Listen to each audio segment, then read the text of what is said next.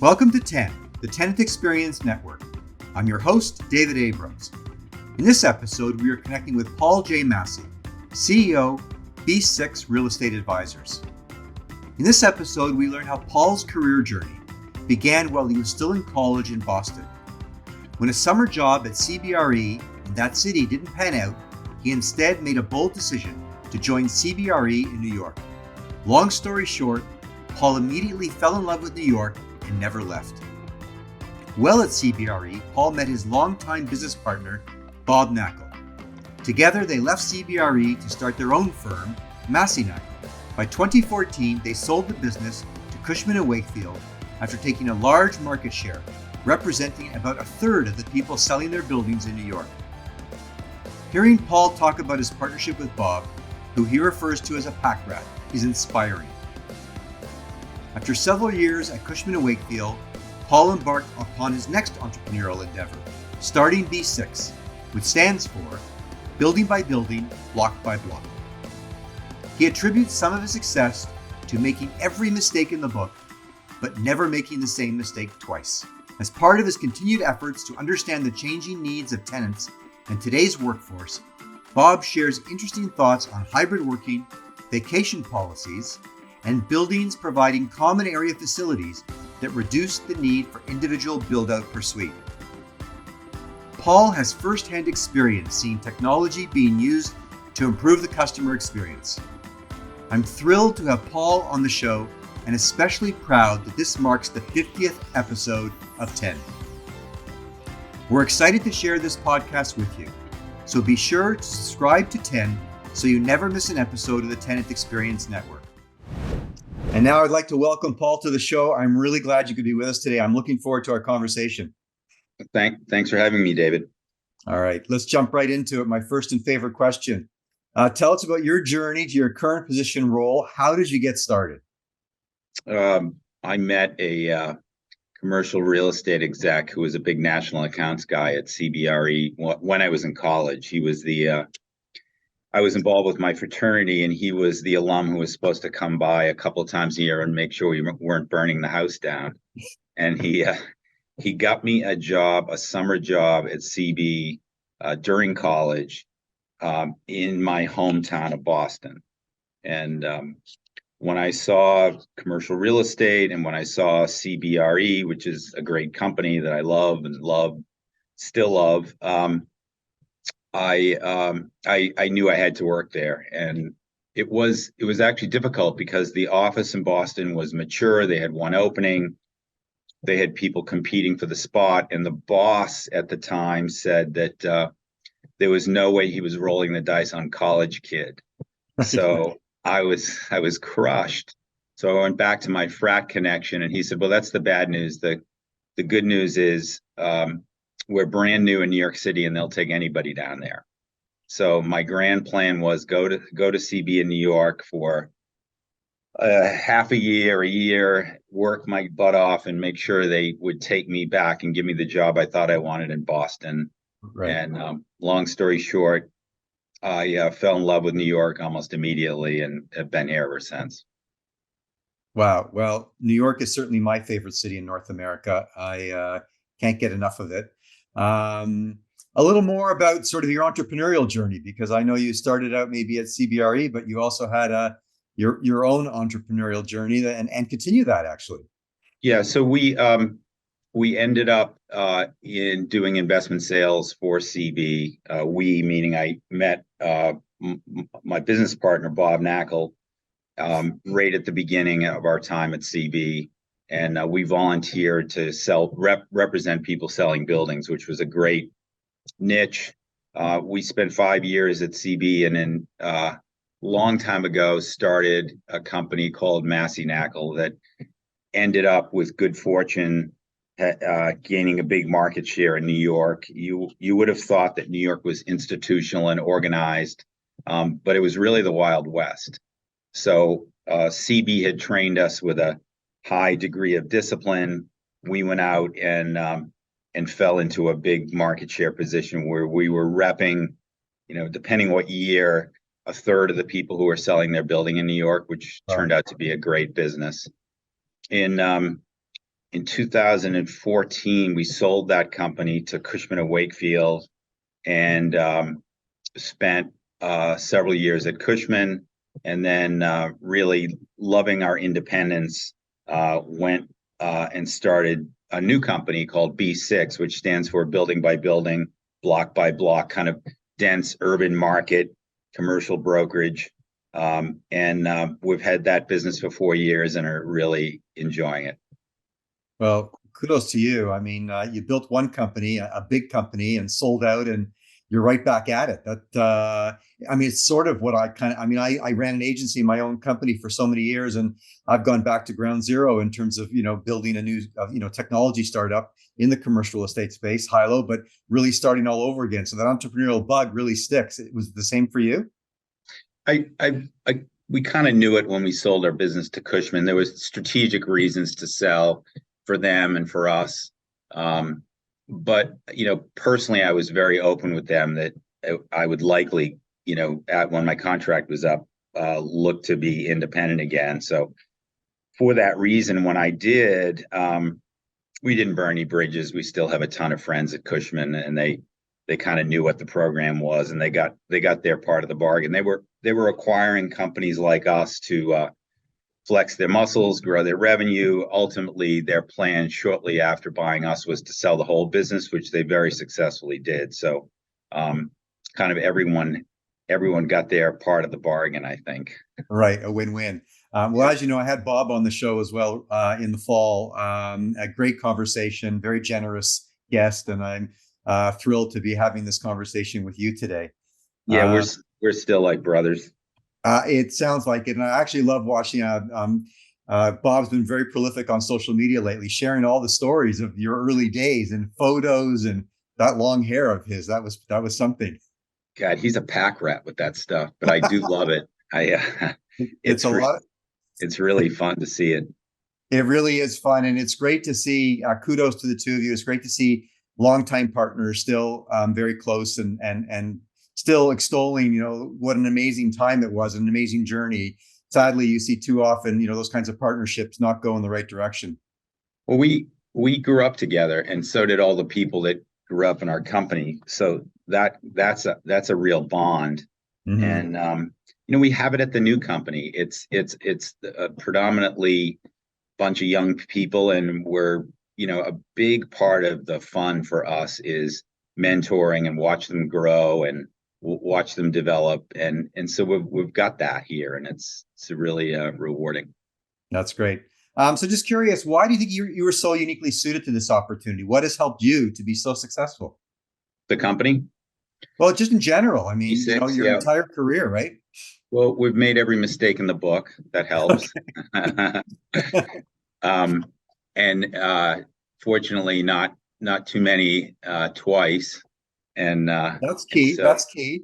Yeah, and we love what we do. It's funny. You get to this point in your career, and people are asking you about retirement, and it's just not a word. It's right. Why would you consider that if you really enjoy this that much? Plus, we've always been work hard, play hard. So we have great family balance, and I've got a million hobbies, and the sales business is fantastic because you've got freedom. I mean, no one's going to die if you don't show up for, an appointment, and you can do a lot of what you like, and at the same time have a lot of success commercially. Right. Well, I'm definitely looking forward to tapping into your thinking with all those years of experience, and from your perspective through your lens. I think you'll agree commercial real estate's just gone through one heck of a time period, perhaps one of the most turbulent. I'm sure you've been through various ups and downs. This one's got to be rank up there. We're still dealing with buildings that are experiencing relatively low levels of occupancy, although we are starting to see those numbers across North America come back to better numbers, more normal numbers. And we also, at the same time, we're seeing a lot of disruption in the industry by technology, such as high-low, a tenant experience platform, just helping building operators deliver better experience and engage with their customers in a different way. I think we can all agree that the impact of COVID has really change the way in which we view the building. Buildings are now really much part of a much larger workspace or workplace ecosystem. And while buildings are at the core, we've got to realize and accept that hybrid will likely win the day. People will continue to work from, their dining room table, a vacation property, a local co-working space. Just wondering what you're seeing from your, through your lens of the industry. What are you seeing in the industry? How do you think to what extent is it beginning to reimagine its purpose and or how it meets the needs of people in buildings? Well, I'd politely maybe argue with you a little bit about hybrid winning the day. I think. Okay. All right. Let's do that. And I don't have that many people on my side of the table at the moment because I think everyone's dealing with the current reality. But I thought it was great. Ken Griffin from Citadel announced last week that they had a record year earning $22 billion, and he credited all of it for the fact that his people came to work. Right. And I think you see great leaders like Jamie Dimon from JP Morgan, who have been, the poor guy has been walking it back 5 or 6 times, but kind of 5 or 6 rallying cries to the troops to come back to work. I think people really need that collaborative environment. And I think it'll trend back to that. I've been thinking that for 4 years, though, and have been wrong. So we'll see. Well, I don't know that you're wrong. And when I say I think hybrid will win the day, what I firmly believe is that remote 100% is not going to win. Mandating, the notion of mandating, enforcing that people come back is not going to win. I believe that hybrid from the perspective of work where it's best. But to your point, I actually also believe that we will start to see more in-person than remote. But it's going to continue to evolve, and there'll be, ebbs and flows in all of that. But I agree with you that, ultimately, I think people are going to find their way back to each other because that's how we build great companies historically. And I'm not suggesting that it's not okay to work from your dining room table when you got a proposal to bang out and you don't want to be distracted, and you can avoid a 2-hour commute. Why not? In the same breath, I will tell you that we have an interesting no vacation policy here. And the other day I was interviewing a young person and they said, you don't allow vacations. But the policy is you can take as much vacation as you want. We also really have allowed and encouraged work from home for people who had made sense for years. And in both those cases, you know what happens with an A player. They probably don't take enough vacation, right. And they're probably working 7 days a week on some level. So we have to watch them that they don't tire themselves out. So I think you got to be reasonable about how people live and how people work, and it was funny the other day.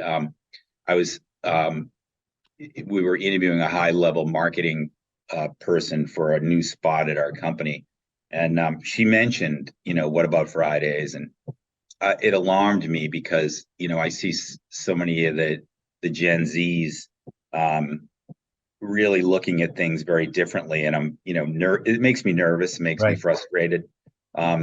So I called up one of our board members who is a dynamic woman. Her name is LJ Louis. She's a high-level HR recruiting person at a big ad conglomerate, WPP. Yep. She was a former Korn Ferry partner. I mean, she's had an amazing career. And I was, describing my nervousness about this candidate. And she said, she goes, answer a question, Paul. Is work a noun or a verb? And I'm like, okay, tell me what you mean. Yeah. She said, well, to Gen Xers, work is a noun. To Gen Zs, work is a verb. She goes, think about it, Paul. And so she said, meet the person where they are. That's my advice to you. Wow. It was a great conversation. It was really helpful to me. And we ended up hiring this person, and she's fantastic, and she's sitting right next to me. Oh my goodness, that's amazing. Well, that's a great story and great advice, and great that you had that ability to inquire and go deeper and sort of maybe adjust your thinking. I was until you told me you hired the person, I was going to remind you that my background is in marketing. I was going to maybe brush off my resume and send it in, but I guess I'm too late. Any time, David. I think you're probably pretty busy though at Hilo. True enough. True enough. So again, just because I got to tap into your, what you see, your lens, your unique vantage point. What is activity like right now, specifically in New York? And is it more so? Are you starting to see more activity, maybe at the B and C class level, where maybe there is going to be, some more movement from those that maybe have weathered the storm, but maybe need to rethink or repurpose some of their assets? What's sort of the pulse of New York right now? It's kind of by asset class is the answer. So about half of what we sell are multifamily buildings. So there's Okay. 2.5 million individual residential apartments in New York. That asset, it's fascinating on every level. The multifamily world went through a complete upheaval in 2019. So just a couple of years ago, when the legislature basically promulgated some new rules that said, effectively, you can't raise your rents and you can't fix up units and pass through the expense to tenants, which was meant to protect people who struggle. And it really crushed the market. So that market went into slow mode. And then we had COVID the next year. So Right. really 7 or 8 months of zero. And then we had a slow move towards interest rate hikes. And that has radically affected the office market. And Midtown New York and downtown New York retail is completely linked to office occupancy. Right. So it's been like, what are they going to do next? Send the locusts? The market is really dislocated, but it has been for quite some time. And the office occupancy is hovering around 50%. So people are very wary of office, especially B and C office. But we're starting to see movement in that area. And a lot of times when you've got that dislocation, especially in the B and C office building market, that puts those properties within reach of non-for-profits, missions to the UN. Basically, the owner users are starting to come out in force. So that could be the beginning of what we're hoping is a real uptick in velocity. Multifamily will find its way. The regulations will likely have to get eased because the city is radically dependent on the real estate tax revenue from those buildings. 45% of New York City's $101 billion annual budget comes directly from those buildings. Yeah, so that's a big number. You cannot be beating on or killing the golden goose.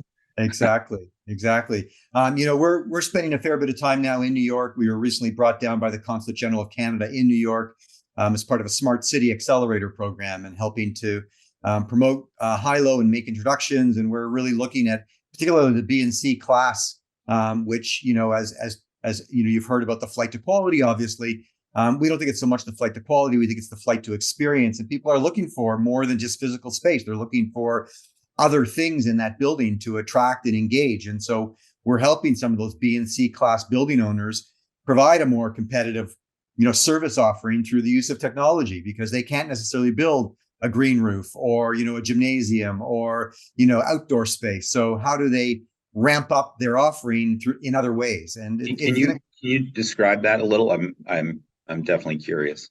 Yeah. So, Hilo is really a workplace engagement platform, and it helps building operators through technology just deliver better experience, be able to connect with people no matter where they are. So we have a notification system that can connect people, whether they're in the office or not.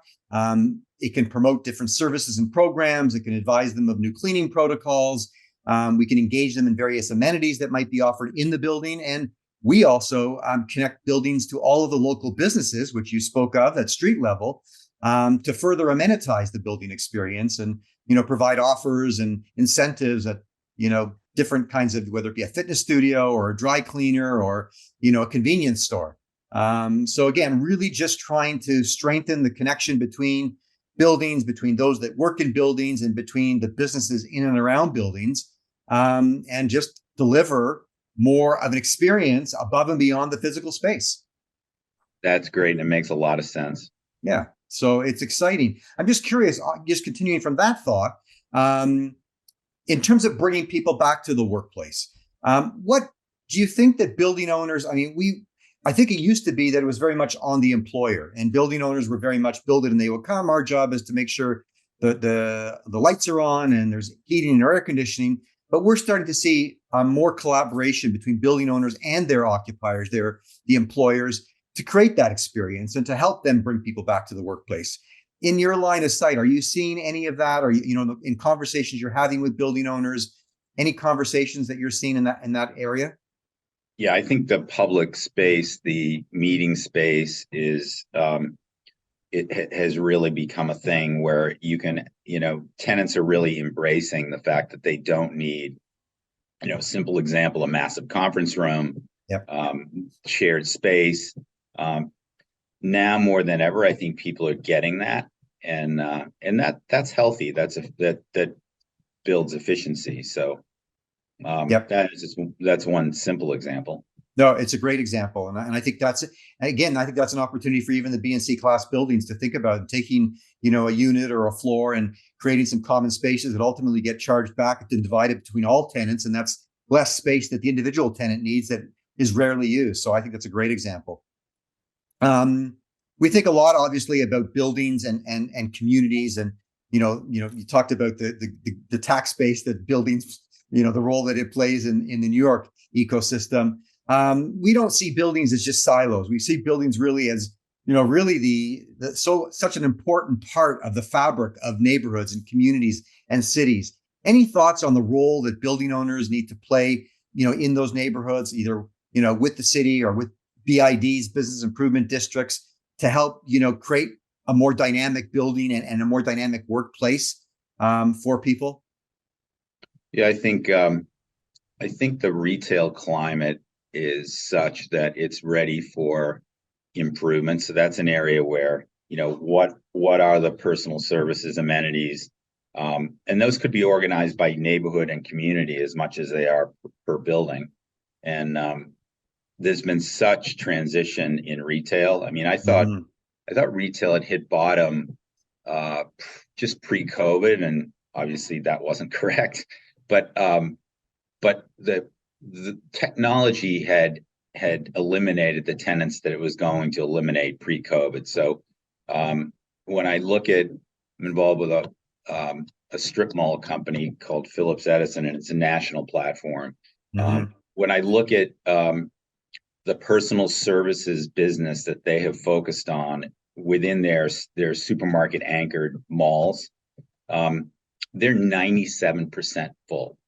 Right. So it's an amazing story. It's a testament to their operating model, but it also is an acknowledgement that if you've got the right tenant mix, Mm-hmm. The community benefits, the community's happy, everyone's using those. So I think focusing on the retail from a macro level in neighborhoods is probably a really good idea, and building owners can take advantage of that and help with that. Yeah, and maybe pull a page from the playbook of those more strip plaza type, suburban communities as to what they're doing, and apply that more in the urban setting as well. Exactly. Yep. They know Yep. what works. They know what people want, and they have a similar communication platform to Hilo, Right. and it's really working for them. And they don't call them tenants; they call them neighbors, which Right. I think is a neat perspective. But the neighbors are very happy, and their satisfaction with the building operation and the building owners is very, very high because of the work that you're doing.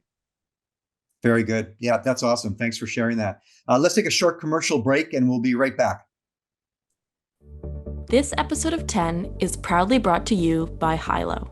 Hilo is a rapid deployment workplace engagement platform for the hybrid world that enables building operators to connect to their tenants, whether they are at work, at home, or anywhere in between.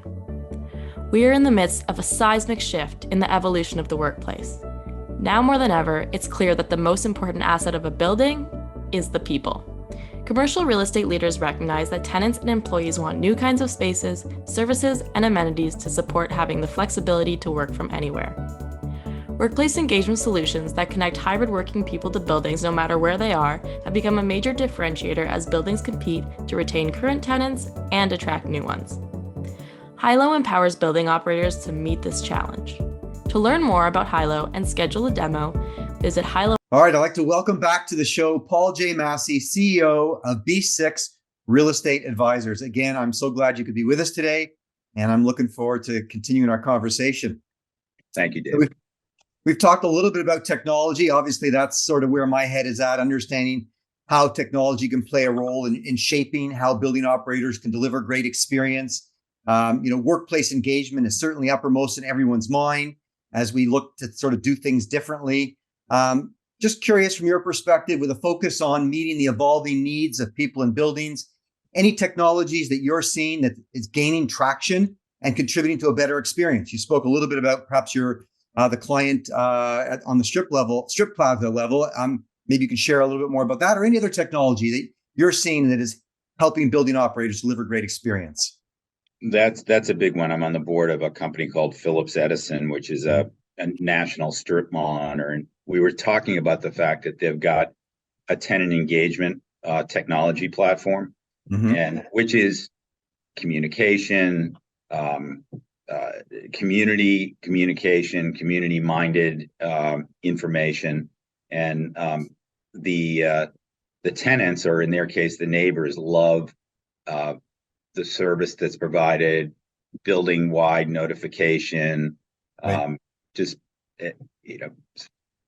They get to report their sales stats on the platform, so everything's meant to be easier for their tenant. Easier and better. That's the goal, right? We can't send people to 5 apps, 3 websites, and 2 portals. Those days are gone. That is not a great user experience, right? Right. That's awesome. So an opportunity to get to know you a little bit better, our closing speed round, a little bit less about the business, more about you. So I'm just curious, you're clearly very passionate about what you do and still entrepreneurial, but what do you enjoy doing when not at work? I think you mentioned some hobbies. Yeah, I got a bunch of hobbies. Right now, I've always been into some form of martial arts, but I'm about a year and a half ago picked up Brazilian Jiu-Jitsu, which is I wrestled in school, so people always used to say Jiu-Jitsu is not quite like wrestling, but it's a lot like wrestling. Right. So my comfort level with it is very high. I'm having a blast. I'm paying 26-year-olds not to hurt me. But I've lost 10 or 15 pounds, and I'm feeling great. I go 3 or 4 times a week, and it's my new fun thing, and it's really great. That's amazing. I love that. What is your favorite beverage of choice? Hot, cold, alcoholic, non-alcoholic? I think everybody knows I love Monkey rum. Okay. And with a little pineapple and a lime. But that's far and away my favorite beverage of choice. Maybe on the beach or by the pool, I think. It started as a thing with an old friend who I went sailing with down in the Virgin Islands, and then it became so the association was that, but then it became the weekends and the summer, and then it became all year round. Love it. I love it. What is your favorite movie or current TV series that you are watching, if you watch at all? No, yeah, occasionally watch. I would say Sound of Music is up there. Okay. Is musicals. I'm a nut about musicals, but that's the one. That's a classic for sure. Mm-hmm. Yeah. Name one way in which technology has improved how you live or work. Amazon. I love it. I made a small investment in Amazon, which worked out pretty well because I started using it and thought to myself, there have to be tens of thousands of Paul Masseys who haven't discovered this yet. Right. And it looked up, and there were. Yeah, no, for sure. And you know what? It took me a long time to get there as well. And eventually I did. And, there are aspects of it that maybe you question, but at the end of the day, when you can order something at 5 o'clock in the afternoon and have it delivered at 9 o'clock the following morning, it's a pretty powerful value equation. Well, I am a little ADHD on some spectrum like that. So being able to not go to a store is Right. a happy thing. Yeah. I think I know the answer to this question, but what is your personal choice for days spent in person working with your colleagues versus working from anywhere? Yeah, no, it warms my heart to walk in this office first thing in the morning. It's just, I know I'm going to enjoy almost every minute of it. And we all have, good days, bad days, and everything in between. But just, seeing the smiling faces when I walk in and being here for people and with people is my favorite by far. Yeah, I'm going to agree with you. My team, we're still working remotely currently. We are looking to come back into a physical workplace. Last Thursday, I had the opportunity to go downtown and have some meetings and meet with a number of different people, do some presentations. And I'll tell you, my energy level later that night and the following day went from, maybe like a 4 or a 5 to this is at a 10 to like a 15. It was so invigorating and reminded me again how important it is to be with people and connect with people. And interesting, some of the people that I met with had met me on Zoom, but when they met me in the room, they didn't recognize me. Wow. Right? Yeah. Yeah. And then of course that physical interaction completely changes the dynamic of the relationship. So it's good to be back. And I want to thank you, Paul, so much for spending time with me today and sharing a little bit about your story and your view of the commercial real estate space. And I hope that this is the first of many conversations that you and I will have. This was really fun, David, and I was glad to talk with you today. So thank you very much. Awesome. Take care, and we'll talk soon. Thanks. Bye now.